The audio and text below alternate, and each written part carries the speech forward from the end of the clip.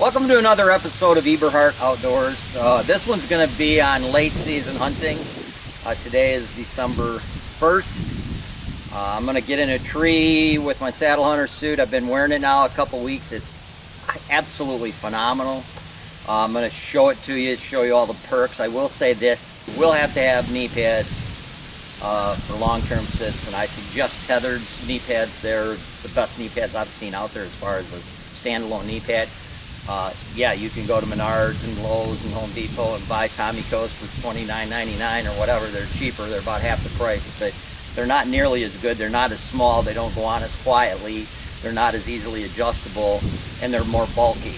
These fit right over your kneecaps. They're phenomenal. The Tethrd knee pads are phenomenal. But anyway, I've got 3 totes here. 3 of the 5 totes I carry in my van. This one, these are all undergarments in this one. This is all ScentLok suits, and then that one is basically base layer garments, socks, underwear, just general stuff. So these are airtight.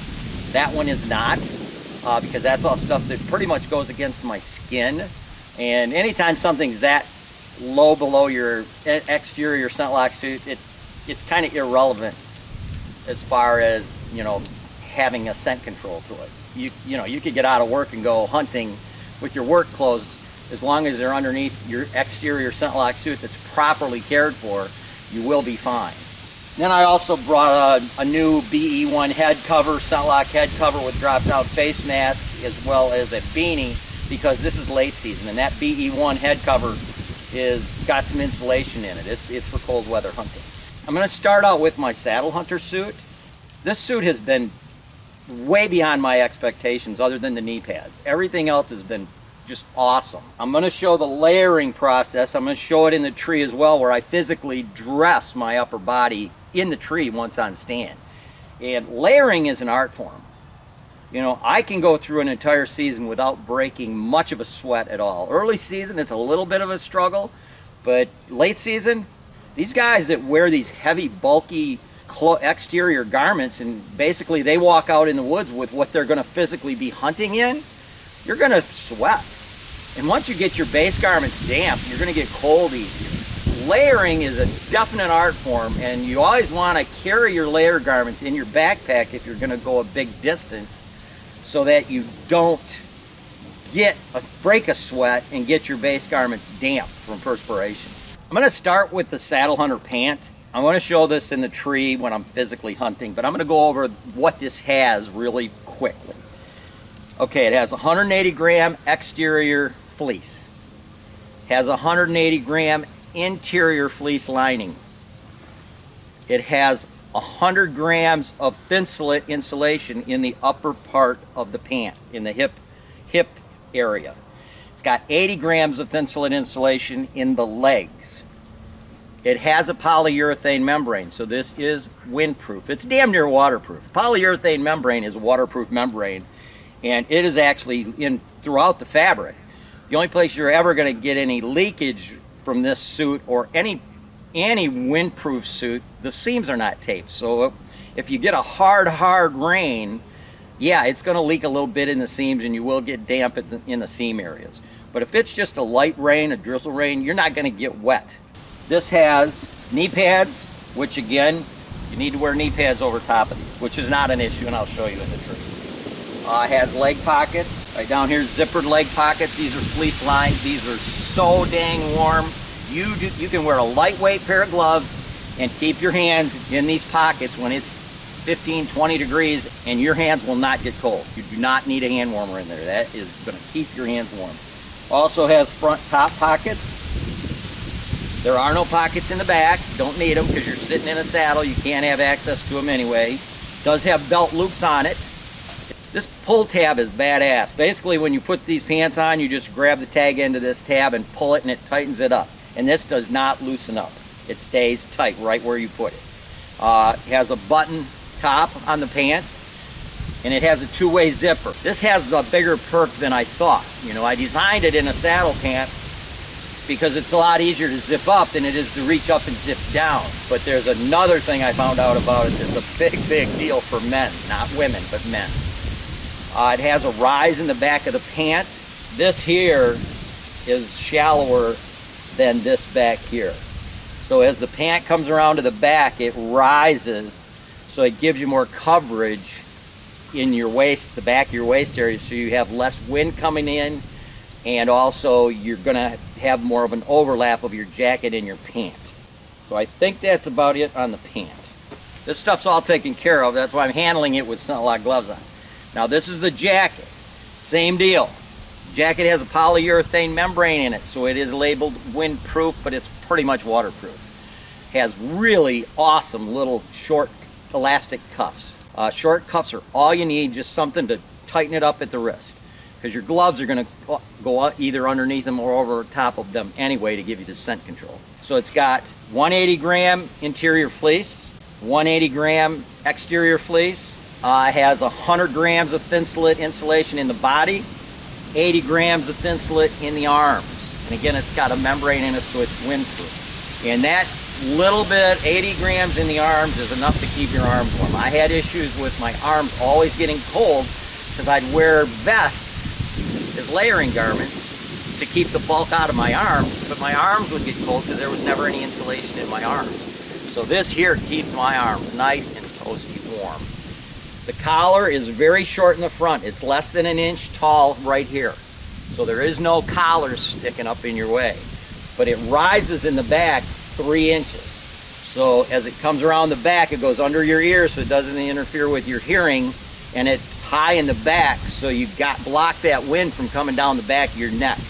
And that's really nice. It also has a safety harness port for guys that hunt out of tree stands. And pocket-wise, the pockets rise about 2.5 inches higher. The slash pockets are 2.5 inches higher up the jacket than they would be on a regular jacket. Because when you're in a saddle, you can't access slash pockets that are down here. So these are up here. When you got the saddle on, you can actually, if you want, you can put your hands in the actual pockets to keep your hands warm, or you can lay them on your legs and put them in your leg pockets. Either way you like. I personally like putting my hands in my leg pockets because it's more natural. It's just, you know, when I'm sitting, it's just a natural feeling. They're right there. And also when they're in the leg pockets, your arms are outside of the saddle. So if you slide one way or the other, if you're taking a nap, you know, when you get there before daylight, an hour and a half, and you're sitting in the tree and you want to go to sleep, you know, if you do happen to tip to the side, your arm's going to catch you. Plus, it's just more comfortable down here. You know, to me, when you put your hands in these pockets when you're hunting on the jacket, it's comfortable. It's not as comfortable as on the legs, but it's still comfortable. It's not like you're jacking it up here and you're putting pressures on your shoulders. It's very comfortable. It's not too low. Your arms feel very relaxed. And it also has a zippered cell phone pocket up here with a zipper garage, so to make sure that zipper doesn't stick out and interfere with your string on a release. And the pockets, the slash pockets, are also zippered. So your leg pockets are zippered, your slash pockets up at the top are zippered as well. And keep in mind, this suit has technology. Right now, these are 30% off. I'm gonna put a link to the site. You can buy this jacket or pant for $140. That's with a polyurethane membrane. That's with carbon alloy, which has activated coconut carbon in it. It has treated carbon in it, and it has zeolite in it. All the other clothing companies mash scent control. You know why? Because they can't use carbon alloy. ScentLok owns the patent on using carbon alloys, so no other company can use it without their permission. And if they do give them permission, they're going to have to pay them a pretty healthy royalty to use it. So obviously, they're in it for money. You know, they milk you hunters to death, some of these higher end companies, because you're paying half of the cost of what they sell you is marketing on all these really high profile companies. So with this, you're getting technology, and we're talking 140 bucks. You can buy this whole suit right now for $280. That's half the cost of some of the higher profile jackets. Yeah, they might be warm and they might look cool. They got a cool looking pattern. They may have a polyurethane membrane in it, but they don't have any carbon. They're not going to do anything for scent control. If they have antimicrobials in it, antimicrobials do absolutely nothing on an exterior garment. That's like spraying the outside of your house for ants inside, because basically antimicrobials have to come in contact with your skin to kill bacteria. You can't kill bacteria when you're 3 layers away from your body. So that's just a marketing gimmick. This actually has technology. I know a lot of you guys don't believe in the technology, and you think that every government in the world that has activated carbon line chemical warfare suits, they must not work. You know, they just spend billions of dollars on suits for their military soldiers and use activated carbon because it doesn't work. NASA uses it because it doesn't work in their spacesuits. Water treatment facilities use it because it doesn't work to purify water, plus the thousands of other things it does for absorption purposes. But you guys keep believing it doesn't work. It's only going to cost you opportunities. Okay, all we need to see right now is my pants. As you can see, these knee pads, these turned out nothing whatsoever like I thought they would. You have to pretend they don't even exist, and you have to put on knee pads. Now, my personal preference is Tethrds. These Tethrd knee pads are phenomenal knee pads. They go on easy. It doesn't matter where these are when you put your knee pads on.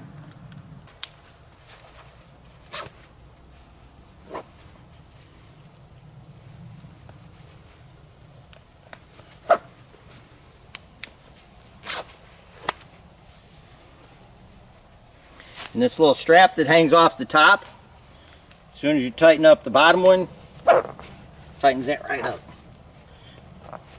So I definitely recommend getting Tethrds knee pads. I do believe they're the best on the market. I think they're around 60 bucks, but yeah, can you go to Home Depot or Menards or Lowe's and buy a set of knee pads for Tommy Coast for 20 or 25, 30 bucks? Yeah. They're not near as nice as this. They're a lot more cumbersome. They're noisier. They're just not as nice as these. These are just nice and tight around the knee and give you extra support down here with this little pad here. Keeps everything locked into place really, really well. Everything else on these pants is absolutely phenomenal. I'm hoping you can see this. I have yet to wear a belt. All my other pants I have to wear a belt. It's got a single adjustment buckle on the top. You just grab that tag in, tighten that down, and those will stay there until you actually loosen this. So you do not need a belt. Of everybody I've talked to that's worn these, nobody's using a belt. Another really awesome thing with this, and this is more for the guys, this has nothing to do with women, and you may think this is a little gross, but it's the truth. But this has a two-way zipper.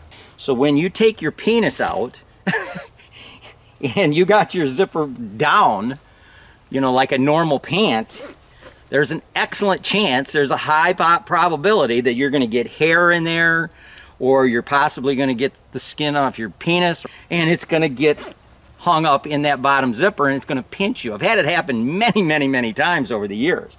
So with this two-way zipper, when you zip it up from the bottom, there is nothing at the bottom to get that caught in. I have had zero issues with that. And although that's not a major deal, if you're a male and you've had it caught up in there and it's actually cut your skin and make you bleed, it's not cool. So that's not something this was designed for. This was just designed to make it easier when you're in a saddle and everything's bunched up. You don't have to reach up there and grab that top zipper flap. You can just grab the bottom one and push it up. That's what it was designed for, but that's a perk that I didn't design. I had no clue that was going to happen. I actually wanted the pockets a little bit over to the side and at an angle, and they didn't do that. They put them right on top of the thighs, and it worked out absolutely perfect. These things, when I'm sitting, and you'll see, when I'm sitting up here, this is where I always have my hands anyway. So instead of having my hands to the side and have my wrist turned, these are just nice and flat, right on top of my legs. Exactly where I put my hands. It's seriously comfortable. My wrists are not turned. It's just really, really comfortable. And these are fleece-lined pockets with insulation underneath them. I've sat in 15-degree weather with wind in lightweight gloves, and I have not had my hands get cold without hand warmers. That's with no hand warmers. And I've talked to other hunters, and they've said the exact same thing. So these pockets, while they weren't where I wanted them exactly, they're in a better position than what I actually wanted them in. They're on top of the thigh, so they're nice and flat on top of your thigh. And if you do happen to put a hand warmer in your pocket, which I have used a hand warmer once in each pocket, it actually keeps the top of your legs a little bit warmer because you're holding them on your hand right on top of your thigh. And I don't know how well you can see it, but the top of the pant has a rise in them in the back. And what that rise does is it gives you a little more coverage so when it doesn't go down the back of your pant. Also, the jacket has a shirt tail hem, so it makes more of an overlap there where the two meet. So in summation on the pants,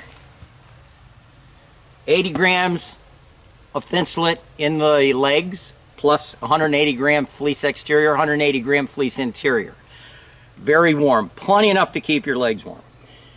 On the waist, hip area of the pant, there's 100 grams of thin slit, 180 gram fleece exterior, 180 gram fleece interior. Leg pockets are absolutely perfect. The two-way zipper is absolutely perfect. Love the zipper. Love the zipper, love the pockets. These pockets here really don't do much because when you're in a saddle you have no use for these pockets here. I usually put my car keys in them and that's about it. Okay, I just threw my jacket on, so now I'm going to put on my saddle, my ESS. Basically, you step into it. This is a modified ESS, by the way. So once you get it up around your waist, you just grab the bridge. I'm done. Once you tighten that, this thing is supposed to be all the way up above your waist. Both panels overlapped above your waist, above where a belt would be. That's what you use. That's how you use this for walking and for climbing, so it doesn't, the panels don't come apart that way. And when you get them modified, it takes literally 5 seconds to put this saddle on and tighten it up. It's that simple. So now I'm going to get up in the tree and show you the perks of the jacket. Because I'm a one-man show, I don't have a cameraman at my disposal to film me doing things and close-ups and all that stuff. So my stuff's a little bit crude, but that's okay. I'm assuming you get the point.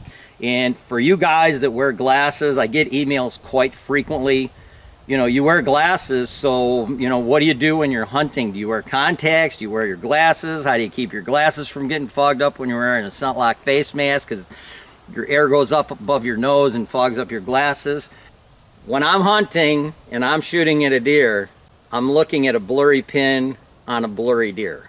To me, because whitetail hunting is so up close and personal, if you're a good hunter, you're getting close shots. You're not, you know, I know hunters that don't get a lot of close shots, but they're very good at shooting at 30 and 40 and 50 yards.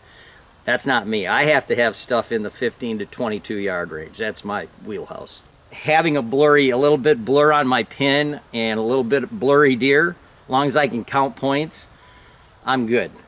It's close enough and it's a big enough target that I don't have any problems. For you guys who want to email me about glasses, that's going to be my answer. I look at a blurry pin over a blurry deer. Just the way it is when you get old. I had great vision when I was young. Nothing stays the same. Okay, once I'm up the tree and I've hooked up my bridge to the tree tether carabiner, what I do is I loosen this strap and I take these two panels and I pull them down under my butt. I keep them overlapped, but I slide them down under my butt. Okay? Now I've climbed the tree, walked in with my ScentLok gloves on, my ScentLok Saddle Hunter jacket has been on. I always, 100% of the time, always wear ScentLok as my exterior during my entries in case I brush against vegetation, I don't leave any odor. Once I'm up in the tree, whether it's in the morning before daylight or I'm getting out there in an evening hunt, as soon as I get up in the tree, if I'm going to change my clothes, I take my gloves off because I need the extra dexterity for feel when I'm actually going to physically change my clothes in the tree. And my hands were wiped down with scent-free wipes prior to leaving the car, prior to putting on my ScentLok gloves. So once I'm up in the tree, I'm settled in, lineman belt's gone, I'm hooked up to the tree tether. What I will do, I'll take off my jacket. My panels are still underneath my butt. Okay, I have not separated them. They're still overlapped. It's still a 6-inch seat. Now for you guys that might be a little bit afraid because a 6-inch seat, you haven't hunted out of a saddle long enough and you think a 6-inch seat might be a little bit on the shallow side, you know, you can go ahead and widen them up a little bit to make you feel safe. But the shallower your seat is when you're changing your clothes, the better. So I like to keep them overlapped. I reach around in my pack. Okay, this is that vest. The battery is in the pocket. And I do this in the pitch black. And when you zip these up, you have to make sure that you zip this underneath all of your stuff.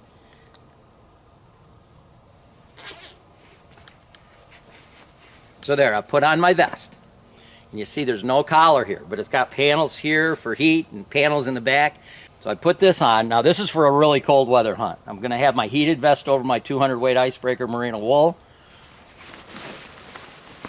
Then I'm going to reach in there and grab my 100 gram Primaloft insulated jacket. I'm going to put that on.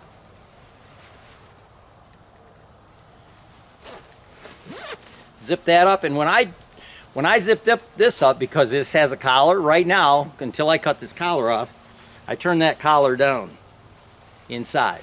So I'm turning that collar down on the inside, so there is no collar.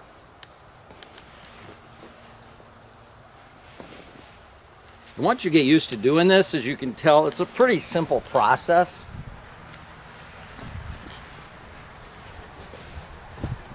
And this is a medium jacket. So this medium jacket, which is what I normally wear as a medium, you know, I've got on a base garment, I've got on a heated vest, I've got an insulated hook jacket over top of the vest, and now I've got this on. I actually thought I was going to have to use a large to put 3 layers underneath it, but this medium's got plenty of space to do that.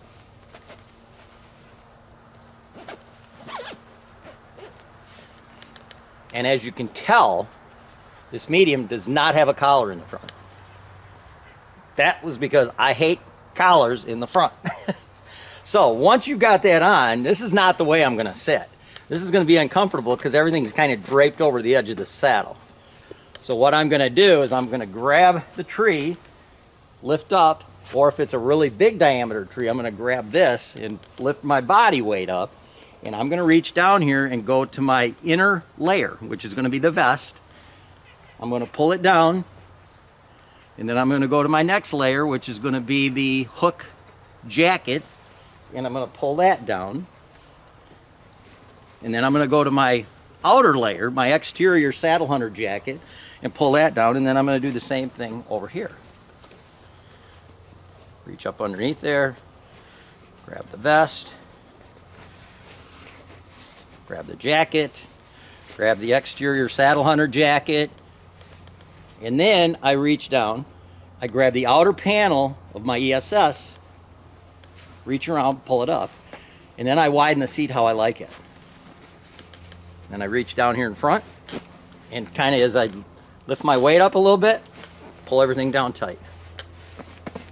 So now everything's tight. This is kind of how I like to sit. And then I will change how I sit from time to time. I might sit a little bit lower or, you know, lift up a little bit higher. But usually right in here with my knees bent about 30 to 40 degrees to the tree is how I like to sit, with my knees into the tree.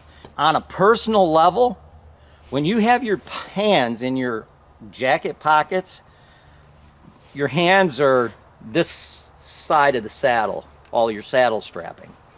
So it kind of forces your upper body to be parallel or leaning back beyond parallel to the tree. That is a big deal on a long-term sit. So I don't like that way. I mean, I've designed them to be up here where you can access them in case you put gear in them. I didn't really design those for hand warmer pockets so much, but they work really well for that. But these pant pockets, I mean, they are perfect. They are absolutely 100% in the absolute perfect position. Totally relaxed. My hands are like this. They're not turned like this. putting a little bit of a stress on long-term sit on my wrists. They're just nice and flat on my thighs. And I love a ring of steps. You know, it's just so easy. You're setting up here. Okay, I want to get something out of my pack. You know, I come over here. Usually my pack's within reach anyway. This particular set, it's not. But now I got to put on my headgear. So I use this Spando-flage. I think it's made by Hunter Specialties. And you'd actually be surprised how warm this is. And I have these safety pins on here. Everything has a reason. So this safety pin pins to the very top of the collar on my base garment. Next is my head cover with drop-down face mask. I like to put on my head cover so my ears are exposed. The head cover and tuck it in at least under my exterior jacket. And then I will also take the safety pin on the very front point of my head cover, and I will pin that also to my base garment. Then I zip everything up. And the cool thing about this jacket is I can zip this right up to the top without having to worry about a collar. With every one of my other ScentLok jackets, what I have to do, because they have collars, is I tuck the left side of this collar in. I will tuck it down and then I will zip it up. I'll leave this one up because this one doesn't bother me. I want to make sure when I'm shooting my bow, my string does not touch this collar tip. So on all the other jackets I've ever worn in my entire life, I have had to tuck in the left side of my collar and then zip it up tight so it doesn't move. With this one here, it doesn't matter. I just zip it up, and there's no collar there. Nothing's sticking out. And then if I start to get cold, you know, once I get up the tree, I've walked in with this ScentLok beanie on. I take that off, I put it in my backpack. You know, this is pretty much what I hunt with right here. And then if I get colder, you know, once it starts getting daylight after you sit here for about an hour, you start getting cold, I'll reach in and grab this, or a camo when I have camo ones as well, and I'll just put this on and just cover the tip of my ears. Don't like to have my ears covered up because I want to be able to hear. That's a big deal. So this is my sit. Usually I'm sitting where I'm straight down and below my tree tether hookup. Now once I get my stuff out of my pack before daylight or when I first get up the tree, what I will do, but I'll squash it down so it has as low a profile as possible. It's not something else sticking out of the tree. I like to move around the tree, keep the tree as a hiding buffer, you know, and keep it where there's as little profile sticking out away from the tree as possible. Now you guys are kind of in luck that are watching this now. Right now, this Saddle Hunter suit is 30% off. So you're looking at $140 for the pants and $140 for the jacket. And this has technology. This has a polyurethane membrane. This has a carbon alloy liner. You pay $500 for some stuff that has zero technology whatsoever. People paying that big of money for something with zero technology because it says something right here. I've been in this business a long time, and trust me, you're paying advertising money to have that name right there. Half the money you're spending goes into marketing. So $140 for a pair of pants with thin slit insulation, polyurethane membrane, 180 gram fleece interior, 180 gram fleece exterior, fleece lined pockets, port in the back for a safety harness, special design for saddle hunting, has carbon alloy.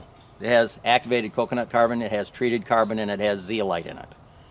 So if you are a serious deer hunter, if you want to take hunting seriously, take advantage of what will actually get you more opportunities at deer. There's so many guys on the line and they know nothing about it. They know zero about technology. I've studied this category for 20 some years and these guys just bloviate. But I try to reply to a few of them. It doesn't bother me because they're just missing out themselves. You know, they can't be scent control people because it's not in their DNA, or else it's not who they follow. Some people want to take advantage of what they can to become better hunters and have more opportunities. That's what's always driven me. So in summation, This is a ScentLok saddle hunter jacket and pant. This is designed, I designed this for rut phase hunting. So this is designed for temperatures from 5 degrees, 10 degrees to 45. If it's above 45, you are not going to want to wear this suit. It's just too dang warm. But from 30 to 45, you can wear this jacket and pant with one base garment. Basically your merino wool base, and you'll be fine. You may want to take a body warmer. You guys, I got an entire video on body warmers. They're air activated body warmers if you want to see what they are. It's earlier in my YouTube series. And then if you're getting temperatures in the 20s, you know, in the 20 degrees, which is really common this time of year, all you're going to need is you're going to have your merino wool base and then a heated vest and your jacket. And that'll probably take care of you. If it's going to get down into single digits or teens, you're going to want to have what I've got on right now.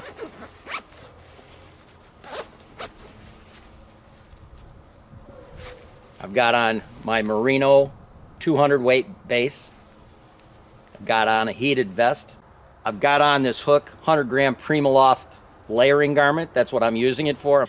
And then I've got on this Saddle Hunter jacket, which is 100 grams thin slit, 80 in the arms, 100 in the body, 80 in the legs, 100 in the hip area.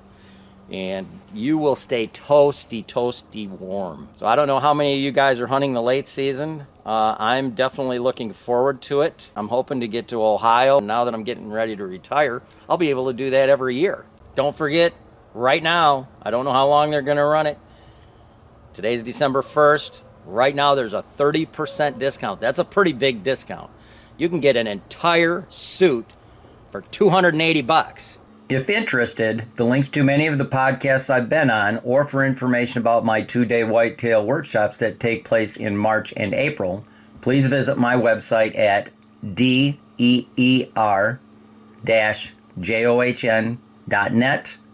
Thank you for watching another episode of Eberhart Outdoors, and to receive notifications for future videos, please subscribe.